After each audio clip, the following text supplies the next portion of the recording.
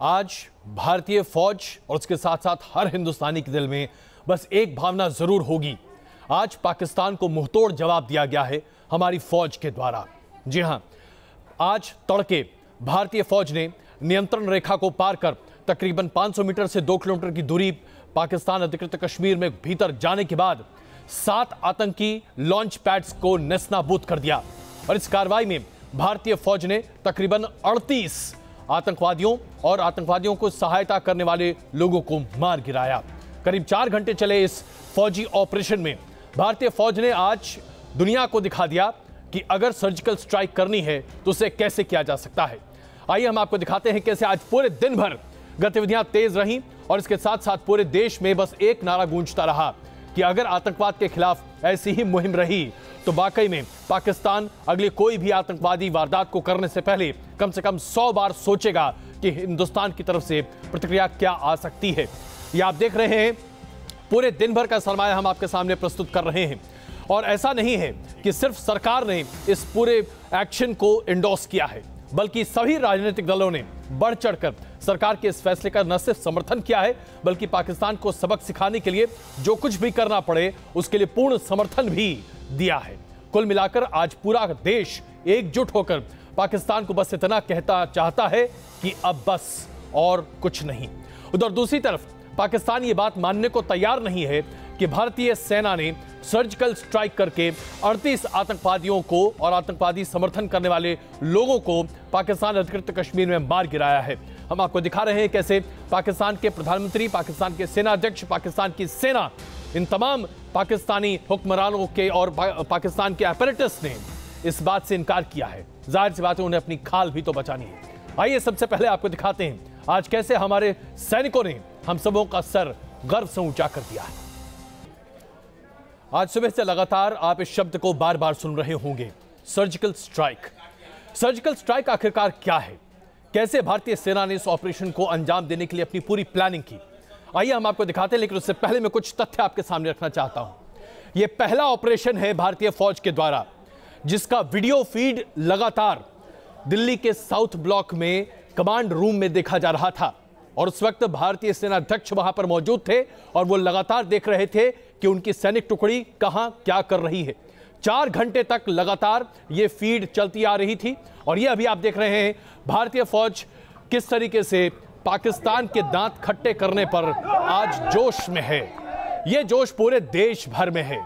आज देश के कोने कोने से बस एक आवाज गूंज रही है कि अब पाकिस्तान को हमने ऐसा सबक सिखाया है कि कम से कम इसके बाद उसे सनद होना चाहिए कि हिंदुस्तान की जनता का सब्र वाकई में अगर टूट गया तो फिर पाकिस्तान नाम की कोई चीज शायद बचेगी नहीं। ये जगदलपुर की आपको हम तस्वीरें दिखा रहे हैं जहां पर अर्धसैनिक बल बड़े पैमाने पर अपनी खुशियों का इजहार कर रहे हैं और ये है हमारे देश के वीर जवानों का वो जोश जिसे आप अभी अपने स्क्रीन पर देख रहे होंगे। हम किसी भी सूरत में आतंकवादियों को लाइन ऑफ कंट्रोल के पार बेझिझक हरकत नहीं करने दे सकते और ये हम बिल्कुल गवारा नहीं करेंगे कि आतंकवादी हमारे देश के नागरिकों पर किसी भी प्रकार का नुकसान पहुंचा सकें। पीओके में आतंकी ठिकानों पर हुई कार्रवाई से पूरे देश में खुशी की लहर है। जानकारों के मुताबिक इस तरह की कार्रवाई से आतंक के आकाओं को यह संदेश गया कि हिंदुस्तान अब अपनी सरजमी पर आतंक बर्दाश्त नहीं करेगा। प्राइम मिनिस्टर ने जैसा कि कहा था और वो जो क्या कहा था वो करके दिखाया। इसका इम्पैक्ट होगा कि अब पाकिस्तान चौकन्ना हो गया है, पाकिस्तान सीख गया है और चौंक गया है कि ये वाकई में ही जो कह रहे थे उन्होंने करके दिखा दिया। पीओके में लंबे वक्त से चल रहे आतंकी ठिकानों को बंद करने और उनके खिलाफ कार्रवाई करने के लिए भारत पाकिस्तान पर दबाव बना रहा था, लेकिन पाकिस्तान ने हमेशा ही भारत के दावों को झूठा साबित करने की कोशिश की। अब आतंकी लॉन्च पैड पर हुई सर्जिकल स्ट्राइक ने पाकिस्तान के होश उड़ाने का काम किया है। Team news nation. ऐसा माना जा रहा था पाकिस्तान के द्वारा कि हिंदुस्तान की सरकार कभी भी नियंत्रण रेखा को पार कर स्ट्राइक, सर्जिकल स्ट्राइक की बात नहीं सोच सकती और वो इसलिए क्योंकि अभी तक यानी कि आज तक भारतीय सरकार ने आधिकारिक तौर पर कभी भी नियंत्रण रेखा को लांघा नहीं और यही वजह है कि पाकिस्तान हमेशा आतंकवादियों को हिंदुस्तान भेजता रहा और इसी आधार पर आतंकवादी गतिविधियां हिंदुस्तान में चलती रहीं। लेकिन ऐसा माना जा रहा है कि राष्ट्रीय सुरक्षा सलाहकार अजीत डोभाल जिन्होंने एक लंबा अरसा पाकिस्तान में गुजारा है, पाकिस्तान की इस सोच और माइंडसेट से पूरे तरीके से वाकिफ है। और यही वजह है कि उरी हमले के बाद जब सरकार पर लगातार दबाव बढ़ता चला गया कि अब तो कार्रवाई करनी ही पड़ेगी, क्योंकि कथनी और करनी का फर्क नहीं हो सकता, तो मौजूदा सरकार ने यह मुफीद समझा कि एक ऐसी कार्रवाई की जाए जिससे सांप भी मर जाए और लाठी भी न टूटे। नियंत्रण रेखा पार तो जरूर किया गया, लेकिन इस आधार पर कि पाकिस्तान उफ भी ना कर सके। अगर पाकिस्तान ने यह माना कि आतंकवादियों को नियंत्रण रेखा के पार भारतीय फौज ने मार गिराया है, तो यह सीधा सबूत होगा कि पाकिस्तान दुनिया के सामने माने कि उसकी जमीन पर आतंकवादी रहते हैं और वह आतंकवादियों की पनाहगाह है। और अगर पाकिस्तान यह कहता है कि नहीं, ऐसा कोई हमला नहीं हुआ, जैसा कि लगातार कह रहा है, तो सिर्फ अपनी खाल बचा रहा है। इसी कमजोर नब्ज को दबाया गया है और इसके पीछे एक व्यक्ति का दिमाग बड़े पैमाने पर है, और वो है राष्ट्रीय सुरक्षा सलाहकार अजीत डोभाल।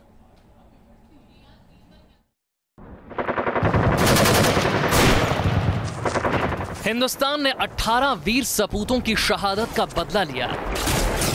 आतंक परस्त पाकिस्तान को दिया करारा जवाब। एक दाव और पाकिस्तान पस्त। भारतीय सेना के आगे बेदम हो गया पाकिस्तान। सूत्रों के मुताबिक पाकिस्तान में सर्जिकल स्ट्राइक के पीछे था एनएसए अजीत डोभाल का दिमाग, क्योंकि डोभाल पाकिस्तान की नस नस से वाकिफ हैं, क्योंकि पाकिस्तान को अजीत डोभाल से डर लगता है, क्योंकि अजीत डोभाल है सर्जिकल स्ट्राइक के सुल्तान। जिस वक्त दुनिया ने यह जाना कि भारत ने पाकिस्तान से उरी हमले का बदला ले लिया है, पाकिस्तान की जमीन पर उतरकर दहशतगर्दों को धूल चटा दी है, उस सर्जिकल स्ट्राइक से ठीक पहले अमेरिका की राष्ट्रीय सुरक्षा सलाहकार सूजन राइस ने भारत के national security adviser Ajit Doval से फोन पर बात की थी। मतलब कहीं ना कहीं अमेरिका को इस बात का सुराग मिल गया था कि भारत पूरी हमले का जवाब देने की आखिरी तैयारी में है। भारत पाकिस्तान पर चोट करने वाला है। 28-29 सितंबर की दरमियानी रात को सूजन राइस की तरफ से अजीत डोभाल को फोन किया गया। फोन पर सूजन राइस ने उरी हमले की निंदा की। अब सवाल यह है कि आखिर अमेरिकी एनएसए को उरी हमले के 11 दिन बाद इसकी निंदा करने की जरूरत क्यों पड़ी? अमेरिकी एनएसए ने अजीत डोभाल से ही क्यों बात की? आपको ये बताएंगे आगे, लेकिन उससे पहले डोभाल और राइस के बीच हुई बातचीत का मजमून जान लेते हैं। सूजन राइस ने गुरुवार को फोन कर अजीत डोभाल से कहा, 18 सितंबर को उरी आर्मी कैंप में सीमा पार से हुए हमले की हम निंदा करते हैं। शहीद हुए जवानों की फैमिली के साथ हमारी गहरी संवेदनाएं हैं। हम उम्मीद करते हैं कि पाकिस्तान यूनाइटेड नेशंस की तरफ से बैन किए गए लश्कर-ए-तैयबा, जैश-ए-मोहम्मद जैसे आतंकी संगठनों के खिलाफ जल्द ही कड़ी कार्रवाई करेगा। मतलब ये कि सूजन राइस के जरिए अमेरिका ने उरी पर भारत के रुख का समर्थन किया है, क्योंकि सूजन राइस से डोभाल की बातचीत के बाद राइस के प्रवक्ता नेड प्राइस ने एक बयान जारी कर दुनिया भर में आतंकवाद की साजिश रचने वालों को कटघरे में खड़ा करने के ओबामा के वादे को दोहराया। इसके अलावा रीजनल स्टेबिलिटी और शांति बनाए रखने के मुद्दे पर भी भारत के साथ बातचीत की। जानकार मानते हैं कि अमेरिकी एनएसए और भारतीय सुरक्षा सलाहकार के बीच बातचीत का सीधा मतलब ये है कि अमेरिका इस सर्जिकल स्ट्राइक में भारत के साथ है। Team news nation.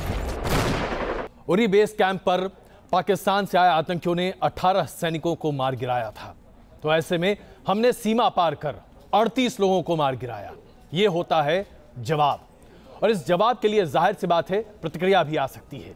उस प्रतिक्रिया के लिए तैयारी करनी पड़ती है। हिंदुस्तान तैयार है, ये हम नहीं कह रहे, ये कह रही है भारत सरकार।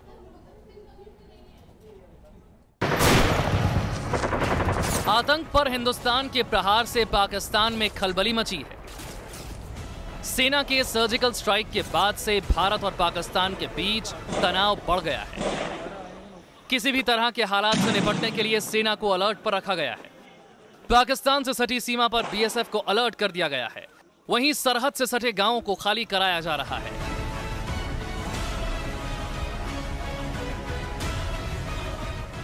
पंजाब में पाकिस्तान की सीमा से सटे कुछ गांवों को बीएसएफ ने खाली करा लिया है। सीमा से 10 किलोमीटर तक की आबादी को दूसरी जगह शिफ्ट किया गया है। पठानकोट में अस्पताल के इमरजेंसी वार्ड को खाली कराया गया है ताकि मुश्किल हालात में परेशानी ना आए।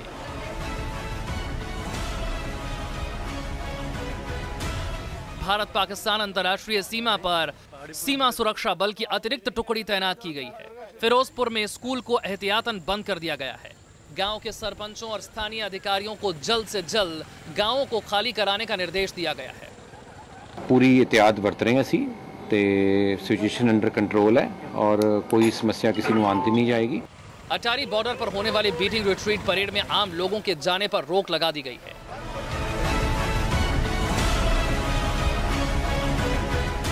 जम्मू कश्मीर के नौशेरा इलाके में लोग सुरक्षित ठिकाने की ओर जाने लगे हैं। सरहद से सटे इस इलाके में पाकिस्तान की गोलीबारी का खतरा बना रहता है। बहुत पाकिस्तान ने बहुत फायरिंग की है, बहुत फायरिंग शेलिंग हुई है। आज स्कूल बच्चे भी नहीं जा सके, इतने बड़े मुश्किल से हैं। सुरक्षा बलों ने सीमा पार की गतिविधियों पर निगहबानी तेज कर दी है।